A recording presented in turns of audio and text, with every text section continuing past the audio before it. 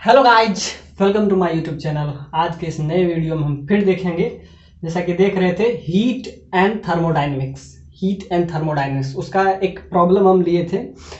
वो आपका JEE advance में ये क्वेश्चन पूछा गया था, तो उसको हम आगे इस वीडियो में कंटिन्यू करेंगे।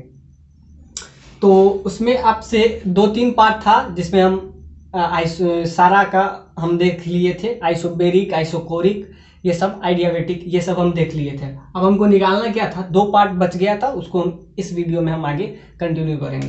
तो एक में आपको वर्क डन निकालना था और दूसरा में आपको क्या निकालना था, heat transfer during the process 1 to 3 and 3 to 4। और इसमें हम ये देख लिए थे कि ये ओरिजिन से पास कर रहा है और ये ओरिजिन से पास कर रहा है। इसको आगे और पीछे एक्सटेंड करने पे ये क्या होता है, ओरिजिन से पास कर रहा है।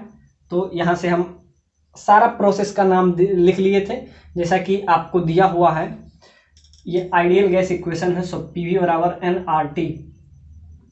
ये आपका हो जाएगा ideal gas equation. Ideal gas equation. अब इसमें ग्राफ है आपका V और T के बीच में। तो V इधर है और T, तो Y बराबर mx टाइप इसका ग्राफ होगा। और Y बराबर mx टाइप अगर ग्राफ होगा तो ये जो ग्राफ है Y बराबर mx, ये ग्राफ आपका क्या होता है, a straight line passing through origin. A straight line passing through origin, passing through origin. तो ये आपका आ जाएगा y बराबर mx। तो ये आपका हो जाएगा स्ट्रेट लाइन है और वो क्या है, ओरिजिन से अगर पास करता है तो इस टाइप का ग्राफ। तो ध्यान से देखिए, v जो है y एक्सिस में है, तो v को अगर हम y रखें और p को कांस्टेंट रखें, तो इस क्वेश्चन में आपसे बस क्या क्या पूछा है, हर चीज आपसे पूछा है। वर्क डन पूछा है और लास्ट में आपसे क्या पूछ रहा है, हीट इवॉल्व करेगा। हीट यानी कि सिस्टम से, जब सिस्टम पे वर्क होता है तो सिस्टम पे वर्क होता है, तो उसको हम क्या लिए थे, सिस्टम पे वर्क क्या होता है, पॉजिटिव। सिस्टम, सिस्टम के द्वारा अगर वर्क हो रहा है यानी ऑन द सिस्टम अगर हो तो उसको पॉजिटिव लेते हैं, यानी कि work done on the system positive और work done by the system वो हम निगेटिव लिए थे। तो ये सब चीज हम प्रीवियस लेक्चर में यहां तक हम पहुंचे थे। तो इसमें हम क्या देख रहे थे, तो उसमें हम देखे थे adiabatic, adiabatic process, isobaric process, isochoric process. तो अगर प्रेशर कांस्टेंट होता है, if pressure is constant then process is isobaric process. ये सब हम देख लिए थे। अगर वॉल्यूम कांस्टेंट है तो वो हो जाता है isochoric process.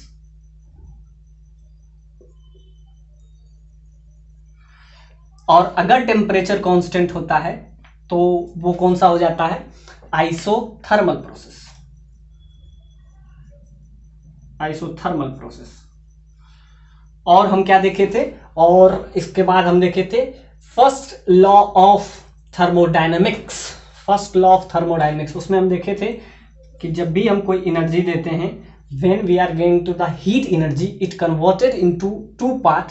First, increase their internal energy and second increase their work done। यानी कि 2 पार्ट में कन्वर्ट होता है जब भी आप हीट देते हैं। तो एक तो इंटरनल एनर्जी उसका बढ़ेगा, इंटरनल एनर्जी का मतलब कि उसका टेम्परेचर बढ़ेगा। और अगर टेम्परेचर नहीं बढ़ रहा है तो क्या हो रहा है, वो सारा एनर्जी किसमें, वर्क डन में कन्वर्ट हो जाएगा। तो in the isothermal process Q delta U should be 0, क्योंकि आइसोथर्मल प्रोसेस में टेम्परेचर कांस्टेंट होता है। तो इंटरनल एनर्जी, ये हुआ आपका इंटरनल एनर्जी। इंटरनल एनर्जी, तो इंटरनल एनर्जी इस केस में क्या हो जाता है, 0 हो जाता है। किसके केस में, आइसोथर्मल प्रोसेस में। और ये आपका है वर्क डन। वर्क डन मतलब कि उसका क्या हो जाएगा, या तो प्रेशर इंक्रीज करेगा या वॉल्यूम इंक्रीज करेगा। तो क्या होगा, यानी कि जो भी आप उसमें हीट ट्रांसफर कर रहे हैं, दिस इज हीट ट्रांसफर। तो जब भी आप कोई भी आइडियल गैस इक्वेशन में हीट ट्रांसफर करेंगे तो क्या होगा, या तो उसका प्रेशर बढ़ेगा या वॉल्यूम घटेगा या टेम्परेचर बढ़ेगा। और अगर टेम्परेचर नहीं बढ़ रहा है, if the process is isothermal process, then according to first law of thermodynamics, this is first law of thermodynamics, first law of thermodynamics.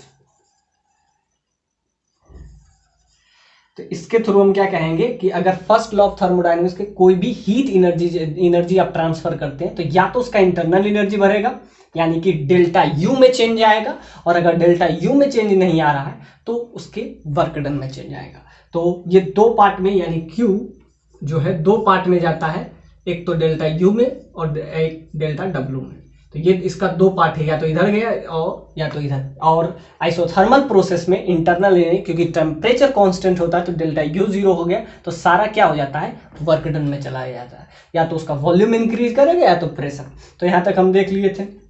अब इसको अगर हम पीछे एक्सटेंड करते हैं इस लाइन को, क्योंकि ये आपको गिवन है कि ये दिख रहा है आपको कि ये जो है कर्व पाथ नहीं है, यानी स्ट्रेट लाइन है, एक काम हमारा हो गया। और उसको ऑरिजिन से भी, यानी पासिंग थ्रू इट्स ऑरिजिन, यानी वो ऑरिजिन से पास करे, तो ये आपको यहां से क्लियर दिख रहा है कि ये जो है इसको आगे एक्सटेंड करेंगे तो कहीं ना कहीं ये ऑरिजिन से होके जाएगा।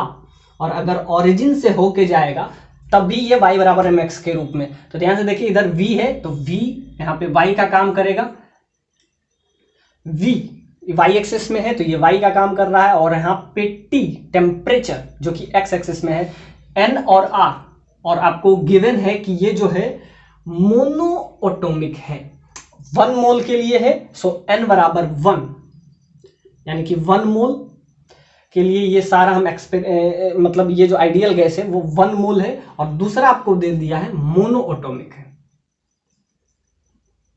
Mono atomic. तो मोनो एटॉमिक है तो R का वैल्यू, यानी कि R जो होगा वो क्या हो जाएगा, 3R/2 हो जाएगा।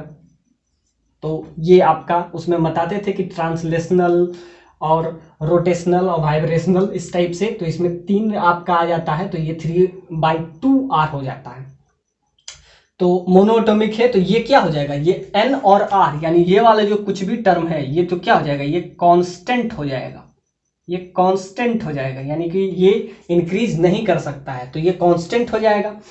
तो यहां अगर P को हम क्या रखें, P को कांस्टेंट रखें, तभी यहां से क्या आ जाएगा, V बराबर, ये तो कांस्टेंट है तो इसको क्या ले लेते हैं, M, तो ये आपका हो जाएगा V, और T में ये कुछ भी रहेगा तो ये कांस्टेंट टर्म रहेगा, तो ये आपका हो जाएगा y बराबर mx। तो ये तभी पॉसिबल है जब P कांस्टेंट है, यानी कि ये जो आपका है 1 से 2 जाने वाला ये जो प्रोसेस है, 1 से 2 जाने वाला ये जो प्रोसेस है, और 3 से 4 जाना वाला जो प्रोसेस है वो स्ट्रेट लाइन है, और उसको पीछे एक्सटेंड करने पे वो ऑरिजिन से पास कर रहा है। It is possible when P, यानी कि pressure should be constant, then this graph which is passing through origin, a straight line graph which is passing through origin, और अगर प्रेशर कांस्टेंट है तो ये जो प्रोसेस है which is going to from 1 to 2 and 3 to 4, that is isobaric process, isobaric process। और ये अगर आइसोबेरिक है 1 से 2 तो ये भी आपका क्या हो जाएगा, 1 से 2। तो ये कब पॉसिबल है, जब ये ओरिजिन से अगर पास कर रहा है, तो ये तभी पॉसिबल है जब प्रेशर को कांस्टेंट रखा जाएगा, और प्रेशर अगर कांस्टेंट है तो ये आपका क्या हो जाएगा, आइसोबेरिक प्रोसेस। अब हम क्या करेंगे, यहां तक बात आ गई।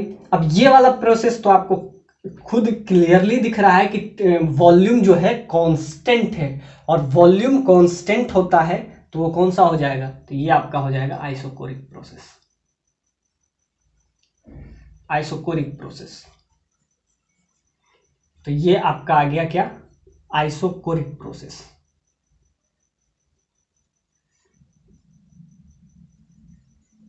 क्यों, क्योंकि 2 से 3 जाने में, जब when we are moved from 2 to 3, then volume is constant, then if volume is constant 4 to 1। इस प्रोसेस में भी क्या है, वॉल्यूम V नोट है, और इस प्रोसेस में 2 से 3 जाने में वॉल्यूम क्या है, 2V नोट है। तो इसमें V नोट है और इसमें 2V नोट है, तो वॉल्यूम कांस्टेंट है। That's why this process is isochoric process. तो यहां तक तो आ गया। अब हमको वर्क डन निकालना है, यानी कि प्रोसेस तो हमको समझ में आ गया, आइसोबेरिक है। तो एक जो आपका बी वाला ऑप्शन था उसमें आइडियाबेटिक भी था। अब आइडियाबेटिक क्या होता है, पी वी का power gamma that is constant. अगर इस टर्म को आप समझे तो P यानी कि प्रेशर और वॉल्यूम, और वॉल्यूम के पावर गामा, और गामा क्या होता है, this gamma is CP/CV। CP/CV, this is gamma. तो अगर ये आइडियाबेटिक प्रोसेस होता, तो वैसे आपको क्लियरली दिख रहा है कि या तो आइसोबेरिक है या तो आइसोकोरिक है, और अगर ये आइडियाबेटिक प्रोसेस होता तो P V का power gamma that is constant. तो गामा क्या होता है, तो गामा होता है CP/CV। जब कांस्टेंट प्रेशर पे करते हैं तो उसको CP बोलते हैं, और जब वॉल्यूम कांस्टेंट वॉल्यूम पे बात करते हैं तो वो क्या होता है, यहाँ पे R जो है, N तो आपको पता है कि N जो है आपका क्या है, 1 मोल है, लेकिन मोनोएटॉमिक के केस में R का वैल्यू क्या हो जाता है, 3R/2। और यही अगर बात करेंगे CP/CV, ये आपका आ जाता है गामा। तो आइडियाबेटिक प्रोसेस के लिए आप हमेशा याद रखें, फॉर आइडियाबेटिक प्रोसेस P V का power gamma that is constant. अगर ये आइडियाबेटिक प्रोसेस हो तो ये रिलेशन को सेटिस्फाई करेगा। तो अब तक हम यहां तक देखें। अब हम निकालेंगे वर्क डन, और यहां पे हम निकालेंगे हीट, क्योंकि इस प्रोसेस में क्या होगा, या तो हीट लेगा यानी सिस्टम पे वर्क डन होगा, या सिस्टम के द्वारा, यानी कि system work done on the system that is taken as positive, and work done by the system that is taken as negative in heat and thermodynamics chapter. तो ये सारा चैप्टर में ये वर्क करेगा कि work done on the system होगा तो positive, और work done by the system होगा तो नेगेटिव होगा। वर्क डन, हम इसमें अब वर्क डन की बात करेंगे। तो यहां तक आपको पता चल गया कि प्रोसेस क्या है।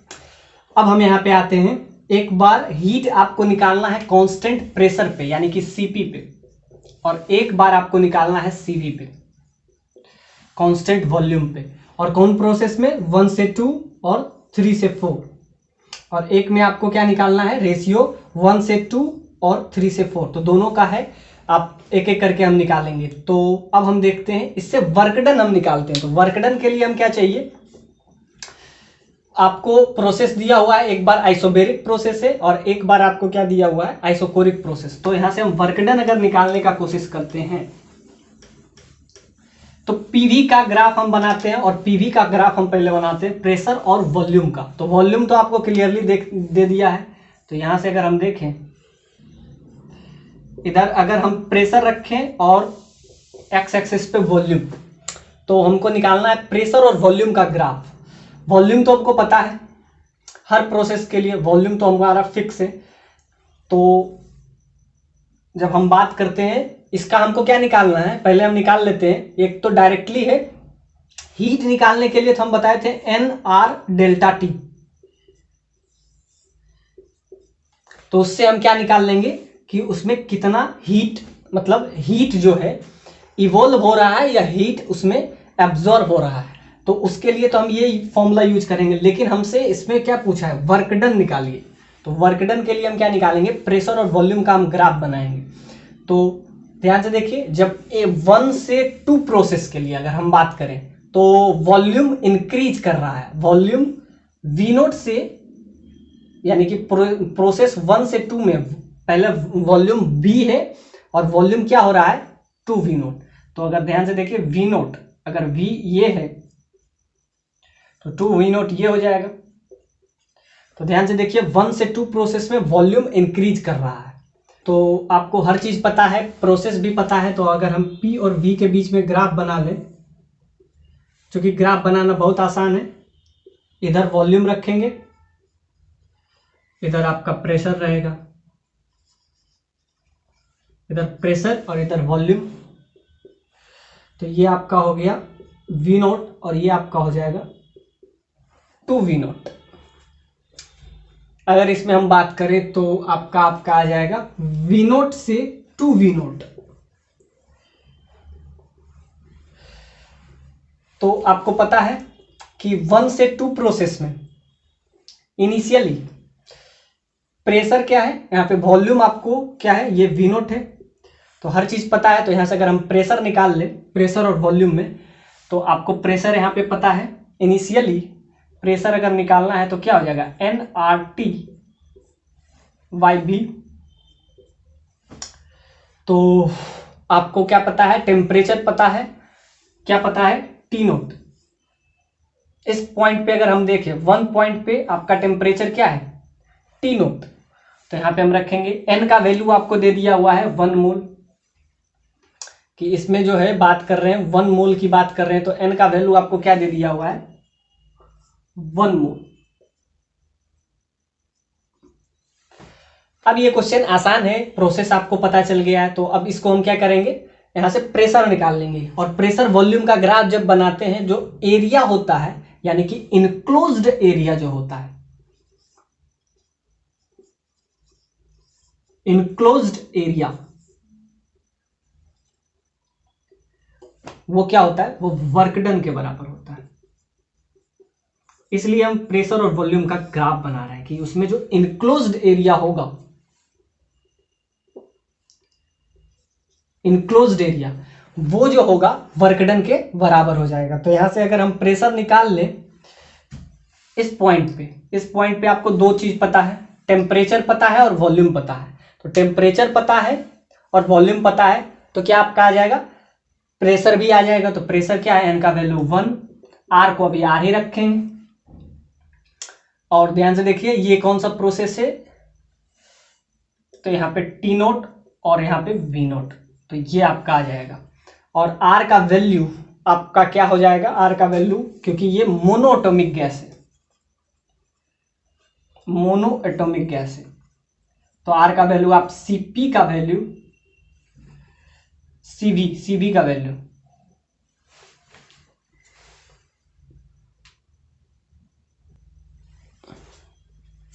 तो यहां से अगर हम देखें तो प्रेशर का वैल्यू यहां पे आपका आ जाएगा, टेम्परेचर टी नोट है और वॉल्यूम वी है। तो यहां से आपका आ जाएगा 1 प्रोसेस, आइसोबेरिक प्रोसेस है, 1 से 2 आपका आइसोबेरिक प्रोसेस है, यानी कि प्रेशर क्या रहेगा, कांस्टेंट रहेगा। और प्रेशर यहां पे आपका आ जाएगा पी नोट। और ये आपका प्रोसेस हो गया 1, और ये आपका आ जाएगा यहां से 1 से 2 तक।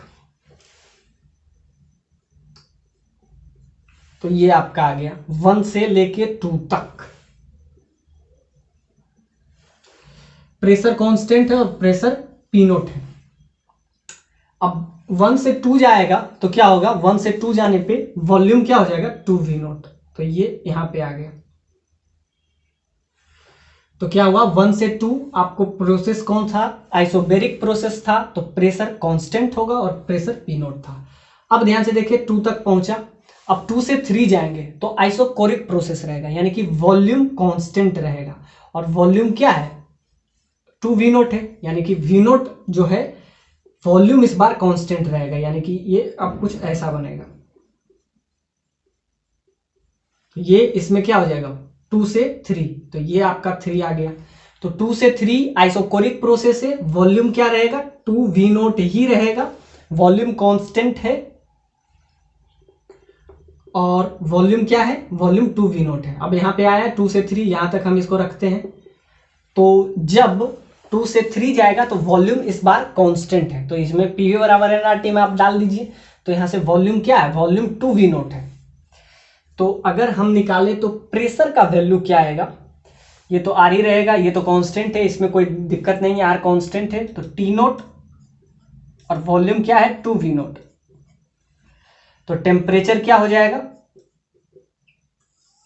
तो टेम्परेचर को हाफ होना पड़ेगा। तो यहां पे टेम्परेचर जो है इसका, ध्यान से देखिए, जब ये 2 से 3 जाएगा तो टेम्परेचर क्या होगा, टेम्परेचर पहले क्या था, इस पॉइंट पे टेम्परेचर 2T था। तो टेम्परेचर अगर यहां पे हम निकालें तो टेम्परेचर आपका आ जाएगा पहले टेम्परेचर क्या था, 2T नोट था। अब जब 2 से 3 तक पहुंचेगा तो यहां पे आपका आ जाएगा 2T नोट से 3 तक जब पहुंचेगा तब इसका टेम्परेचर T होगा। और जब ये T होगा तो प्रेशर डिक्रीज होके क्या हो जाएगा, प्रेशर डिक्रीज हो जाएगा और प्रेशर क्या हो जाएगा, P नोट हो जाएगा। तो ये आपका है 2 से 3 जब जाएगा तब इसका प्रेशर क्या आ जाएगा, T नोट। और पहले क्या था, पहले था 2T नोट, तो प्रेशर डिक्रीज कर गया। अब ध्यान से देखिए 2 से 3 तक पहुंचे, 1 से 2 और 2 से 3, अब 3 से 4 पहुंचेंगे। 3 से 4 में फिर क्या हो गया, प्रेशर कांस्टेंट, और प्रेशर क्या होगा, प्रेशर इस बार हो जाएगा P note by 2।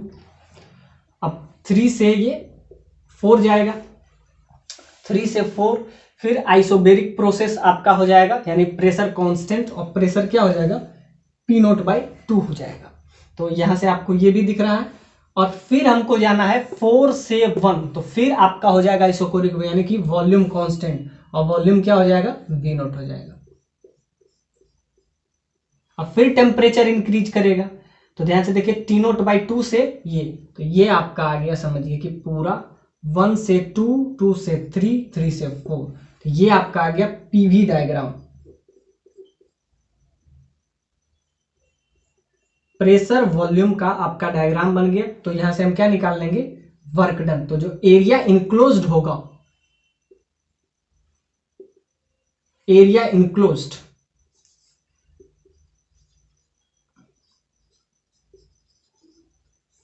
Area enclosed, और वही आपका क्या हो जाएगा, वर्क डन के बराबर हो जाएगा।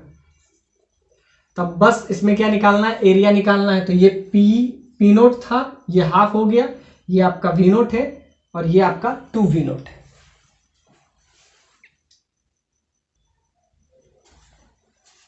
तो ये आपका आ गया प्रेशर और वॉल्यूम का ग्राफ। अब एरिया इसका निकाल लेते हैं।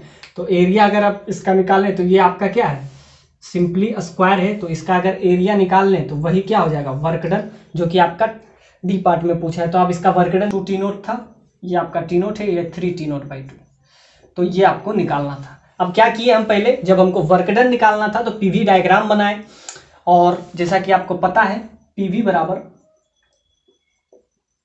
nRT होता है। ये आपका क्या है, आइडियल गैस इक्वेशन,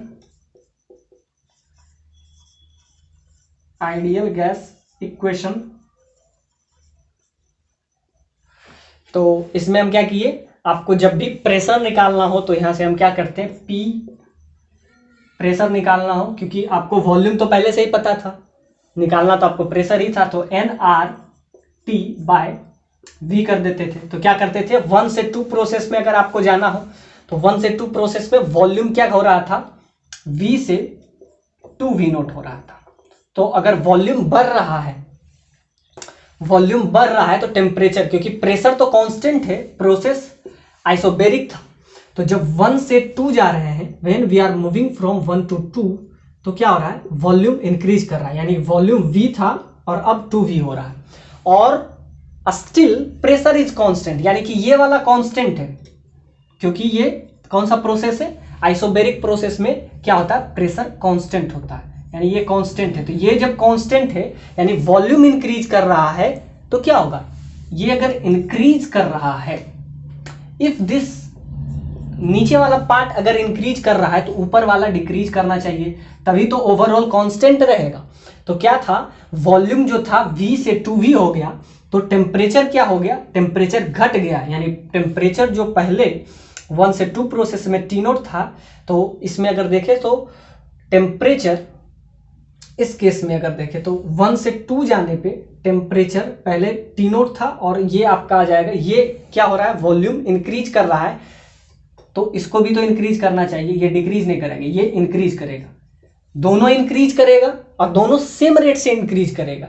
एक V से 2V हो गया, और एक क्या हो जाएगा, T नोट से, यानी कि यहां पे प्रेशर T नोट था और यहां पे पहुंचते हुए 2 पे 2T नोट हो गया, तो जिसके वजह से ओवरऑल कांस्टेंट ही रहना चाहिए, क्योंकि प्रोसेस आइसोबेरिक है। यानी कि ये अगर बढ़ रहा है नीचे वाला, तो ऊपर वाला भी उसी रेट से अगर बढ़े तो ओवरऑल क्या हो जाएगा, ओवरऑल कांस्टेंट हो जाएगा, तो प्रोसेस आइसोबेरिक हो जाएगा। तो 1 से जब 2 जा रहे थे तो क्या हो रहा था, वॉल्यूम V से 2V हुआ, यानी नीचे वाला V से 2V हो गया, और इसको कांस्टेंट रखने के लिए ऊपर वाले को भी भराना पड़ा, तो ये T नोट से 2T नोट हो गया।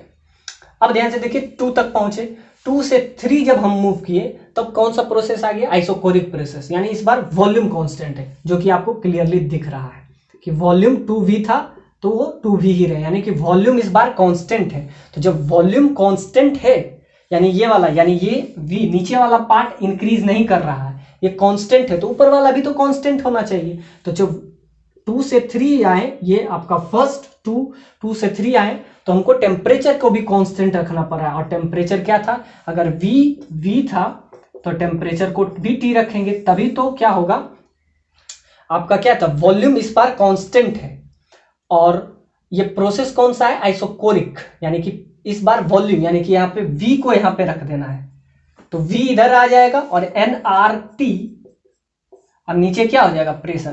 तो यहाँ पे क्या था, इस बार वॉल्यूम को कांस्टेंट रखना था, और क्या हो रहा था यहाँ पे, जब वॉल्यूम कांस्टेंट रख, लेकिन वॉल्यूम, क्योंकि ये आपका कौन सा था, आइसोकोरिक प्रोसेस, अगर वॉल्यूम कांस्टेंट है और टेम्परेचर क्या हो रहा है, टेम्परेचर यहाँ पे क्या था, यहाँ पे टेम्परेचर आपका 2T नोट था, और यहां से जब आया तो घट गया, तो टेम्परेचर 2T नोट से T नोट हो रहा है, यानी घट रहा है।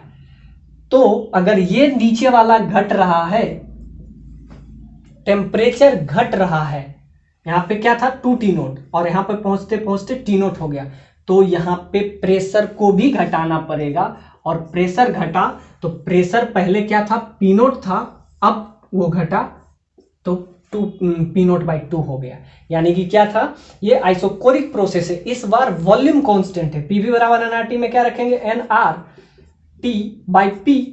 अब इस बार क्या हो रहा है, टेम्परेचर घट रहा है, ध्यान से देखिए 2 से 3 में आपको वॉल्यूम कांस्टेंट दिखेगा, लेकिन टेम्परेचर जो पहले 2T नोट था, अब जब 3 पे पहुंचा तो T नोट है, यानी टेम्परेचर घट गया, यानी पहले से हाफ हो गया, तो क्या हो जाएगा, यहाँ पे इसको भी तो घटाना पड़ेगा, यानी कि इस बार प्रेशर को भी घटाना पड़ेगा। तो प्रेशर पहले P नोट था, तो अब क्या हो गया, हाफ P नोट।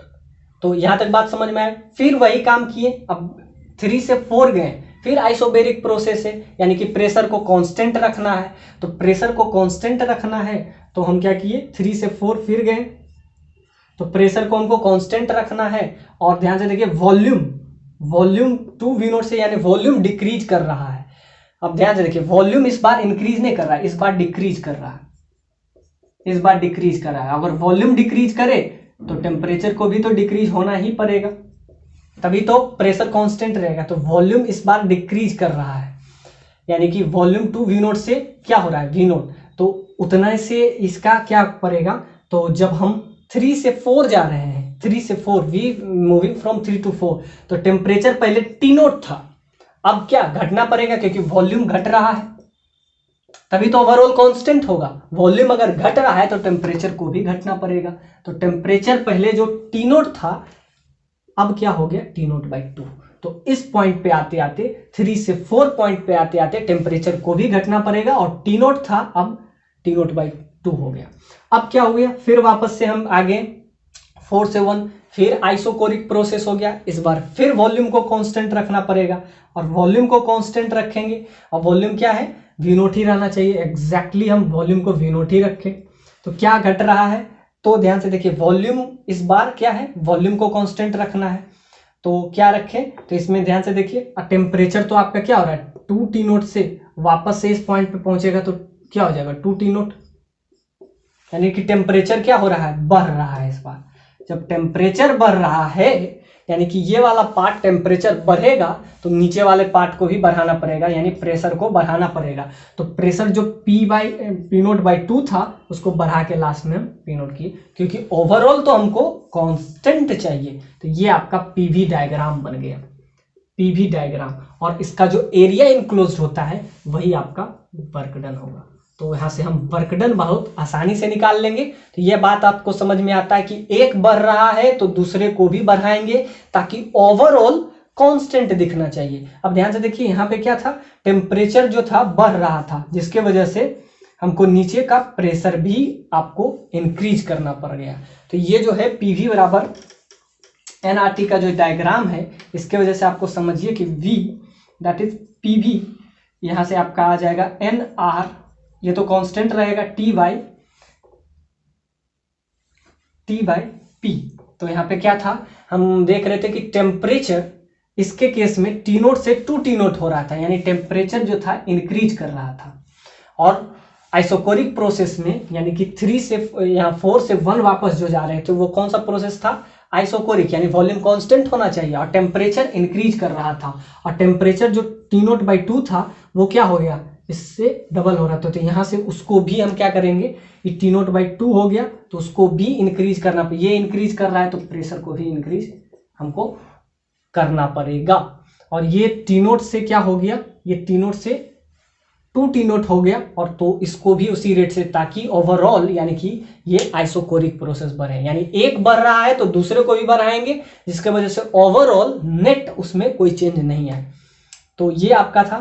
तो टेम्परेचर पहले T0/2 था और यहां जाते जाते T0 होगा, 2T नोट यहां पे होगा,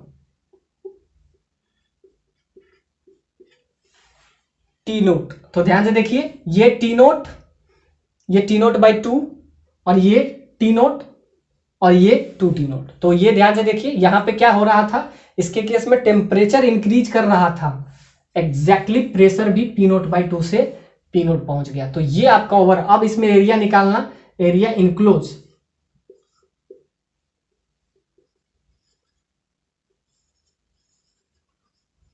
एरिया इनक्लोज इसमें निकालना बहुत आसान है। अब हम देखते हैं किस केस में, अब हम निकालते हैं हीट, जो कि इसके लास्ट पार्ट है उस पे।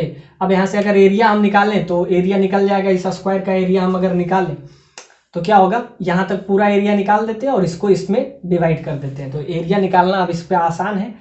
तो अगर एरिया हम निकालें तो इसका लेंथ स्क्वायर है, मतलब रेक्टेंगल है, स्क्वायर नहीं है रेक्टेंगल है, ये वाला लेंथ और ये वाला लेंथ को आपस में मल्टीप्लाई कर दीजिए। तो यहाँ से आपका क्या आ जाएगा, एनआरटी के टर्म में ही तो आपसे पूछ रहा है कि इसका क्या निकालिए, वर्क डन निकालिए। अब इसका एरिया इनक्लोज निकाल लेते हैं।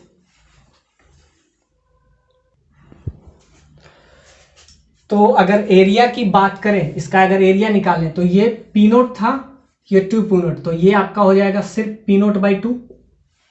और ये आपका क्या था, ये वाला आपका लेंथ P0 था और ये P0/2, तो दोनों का ये लेंथ अगर हम निकालें तो ये P0/2 हो जाएगा, दोनों को आपस में घटाएं। ये आपका V था, ये 2V, तो ये आपका क्या हो जाएगा, V0। तो अगर एरिया हम निकालें तो ये क्या है, ये आपका रेक्टेंगल है, सो एरिया इनक्लोज्ड,